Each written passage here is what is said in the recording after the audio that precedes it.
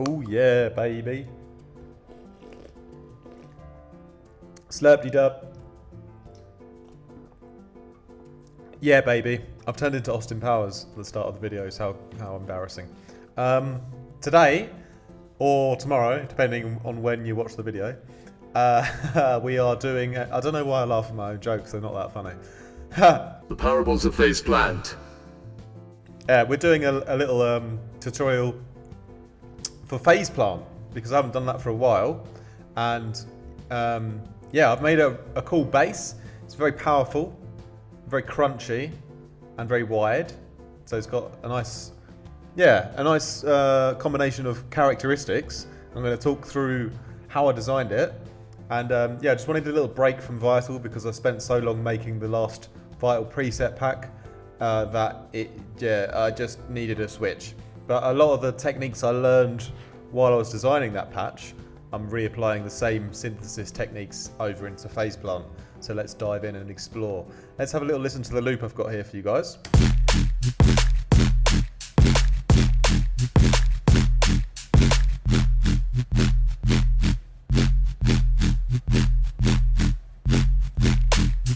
So yes, it's the tone of it is like quite simple. You know, it's not like really like super melodic, but like the actual sound design of it just sounds really good, really full, really like powerful in the low end.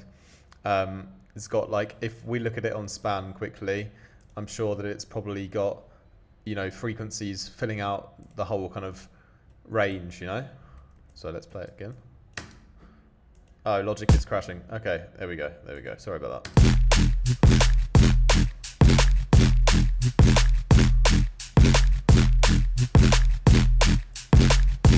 So there's a little bit of a dip in the mid-range. It's mostly heavy at the bottom and nice and high, like a nice amount of harmonics in the top. But yeah, overall, you know, it's filling out quite a lot. It's the perfect bass you could put a lead with, or a vocal that would fit the mid-range, fill the mid-range out a bit more, you know, because it's more of a low kind of bass. I've called it the crunch of glory because there's one little thing I did with one of the effects plugins that got a really nice crunch on it, and that's this one here, I think. I'll take this off. Yeah, so here's a sort of more simple bass that I sort of would used to have made. That's not English, is it? That I used to make. Yeah. That's the kind of standard I had before for this kind of sine wavy white noise kind of bass, but with this guy in the right position here, yeah, that's almost like another 80% crunch, you know. I don't know what percentage, but it's quite a big deal. So let's talk about that first. I'll talk about in this video just what I think are the most useful things that I learned while making the patch. And yeah, sort of reverse engineer it that way. So yeah, the ring mod, basically what you do is you put on ring modulation, you put on bandpass noise, and it will introduce like a signal of noise into the sound, kind of like Erosion does on Ableton, I believe. And yeah, I've been using this loads, and in my older videos you'll see me using it as well. But I've started using it in a bit of a different way, which is to well, before I used to use the plugin, and I used to put the plugin on my basses in the post-processing. But here I'm using it in the phase plant as on the same LFO as everything else. So basically, when I've got this main LFO that has the kind of filter kind of movement on it, or that main kind of movement that's going on, and I put the ring mod mix and frequency on that. So basically, you know, if it's up all the way, it's obviously a bit too much for me, but like what you do is you put on the bandpass noise, like I said, turn the bias all the way up, that's important, and then the rectify can be sort of between 0 and 100, just to kind of tweak the tone of it a little bit, add a bit of width, and then I modulate the noise as well, so the frequency level, so it's on 1K,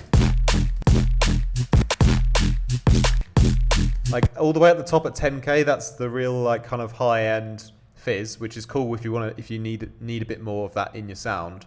But in this case, like around 1K, that sort of main treble area.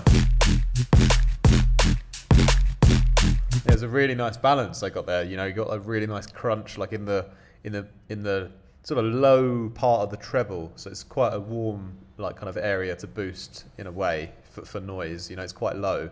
But yeah, I like that a lot. So obviously, yeah, it does make massive difference. So that's a really cool thing to use. So what did I do for the rest of the bass? If I can, yeah, I can play it again here. So it's consisting of 3 sine waves and white noise. That's it. And what I did, that I've done on some of the vital patches that I designed, which is the reason why some of them sound so cool, is I had these a weirder kind of pitch. So it's not a weird, but like a pitch of a sine wave that wasn't, you know, exactly 1 octave up or 1 octave down. So it's like a bit of a chord almost. So -5 on this one, and I run it through a lot of distortion. So on this phase plant, I use the sine mode. Yeah. So it's turned up really, really high, 15 dB, and it's even boosting up on the LFO to go even harder, you know, with the movement. And what happens?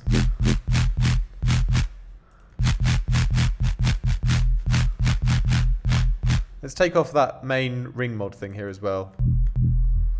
So we kind of, with that subby sine wave at -24, and then this is the main one I add in at -5, so adding in those higher harmonics, and it's really, yeah, it's quite higher up in the frequency spectrum, you know, that this oscillator here. And then I've got another one at -12 as well. But the thing is, with these ones that are not the sub bass, these are the ones that I've turned the level down to 0, and then I've modulated the volume of them on the LFO. So that's the important part, really, because the idea is that the main subby sine wave is constant, and the ones that we add in that are higher up, they're dynamic. They're coming up and down in volume on the actual LFO. So that's the important part. Yeah. And then obviously the noise, that makes a massive difference, of course. So, you know, there's no high end in the sine waves without the noise. So with the noise, you can slope it here, left or right, and it makes it either sort of softer or brighter. And all the way to the right, that's brown noise, so it's more softer and it's got loads of low end in. But we don't want the low end, so what I've done is I've filtered it here. So this is another cool thing I've done on all the oscillators, which is something good about phase plant that you don't really have in Vital, which is that you can filter, obviously, each of the oscillators, you know, within the actual group here. So I was able to get a more punchy sound by firstly taking out all that rumble of the white noise. We don't need that. And then on this one here, so this is the one I've got at -12, which comes up and down on the LFO in the level. I've taken out a bit of low end here as well, so it doesn't conflict so much with our sub. So that makes quite a difference if I play with that again here, sorry.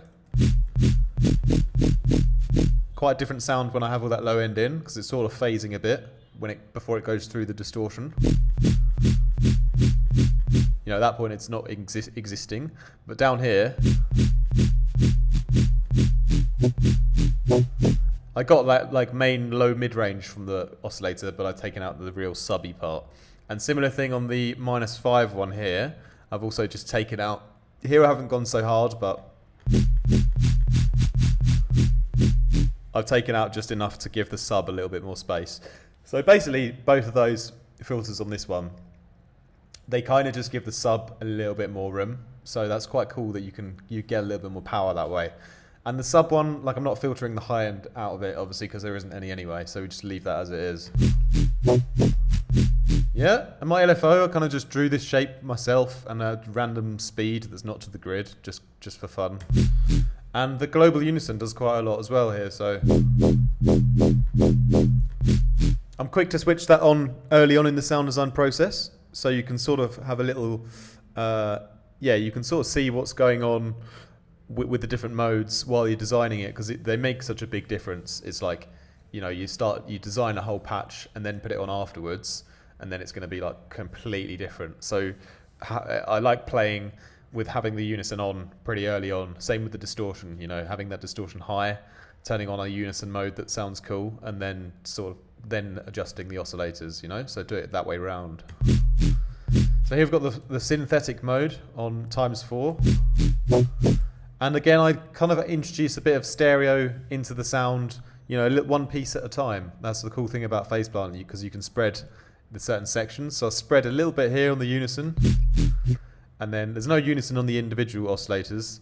And then I spread this noise a little bit. So if we go through the effects sort of one by one, and that's going to be quite useful as well to see how the sound like gradually improved a little bit over time.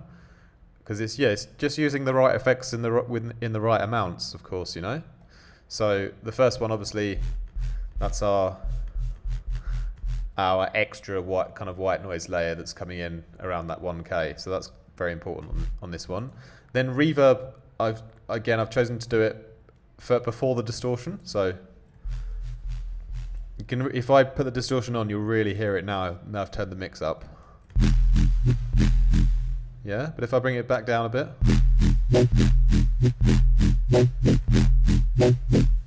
we're really like boosting this natural room sound through the distortion. So it's making the whole bass like more interesting to me. Yeah, a little bit of movement on that distortion, like I mentioned before. And here again, we spread it a little bit where we can. We just spread a little bit at one piece at a time. Then the 3-band EQ. Again, it's like a lot of the character from the sound it's basically the combination. It's how the sine waves are distorted with the white noise that's giving the sound its tone.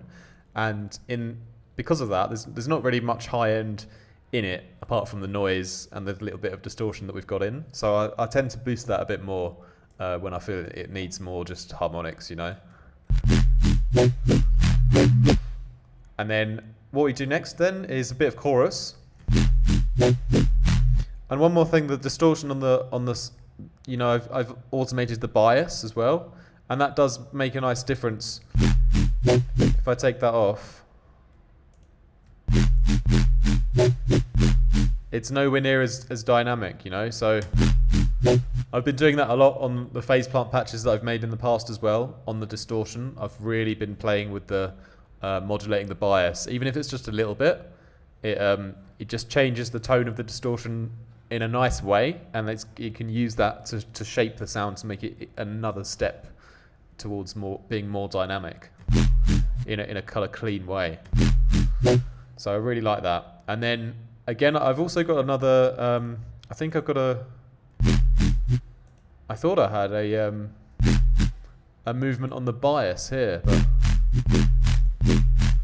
maybe I took it off. That's another thing you could modulate if you wanted to. I guess I left it off in the end, but I guess I thought it was good enough without it. But yeah, so next up, more modulation with distortion again. And you can hear, is it making a big difference? No, but I definitely do hear the difference. And it's a little bit like what I do in Vital with the overdrive on the soft clipping, just to modulate it, like the drive just a little bit. So you on the LFO, so you're making the bass a bit more dynamic through distortion, you know, just a little amount. So just makes it a bit more lively. Yeah, so we're just driving up from 0 up to sort of 16%, and then a little bit on the tone as well from 0 up to 100. So that's really cool.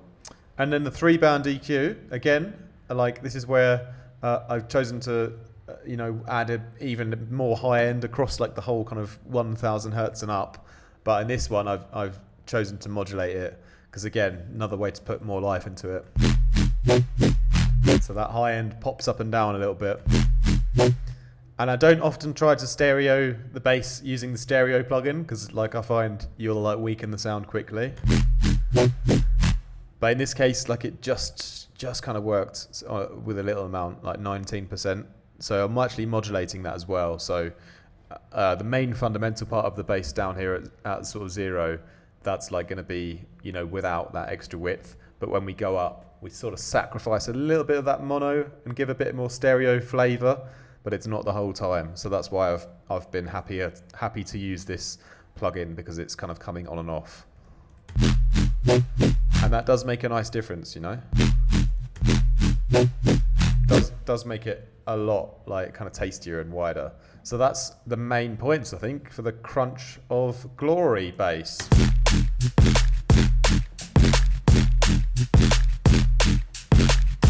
Also give a massive shout out to my Discord Gs, H-Man, Digipax, Callie, Co-op Black, and Ian and Jagong and Kerry and DJ Ride and all you guys who participated in the Pantheon Loop remix competition.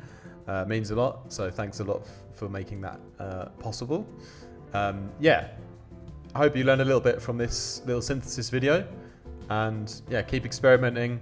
And yeah, if you feel like you're getting demotivated, take a break, come back to it, and switch over synths if you get bored of one, and create some cool sounds. Make sure you save all your sounds, and yeah, make sure you then use them as well in the context of a song and write something wicked. Peace out, guys. Have a great day.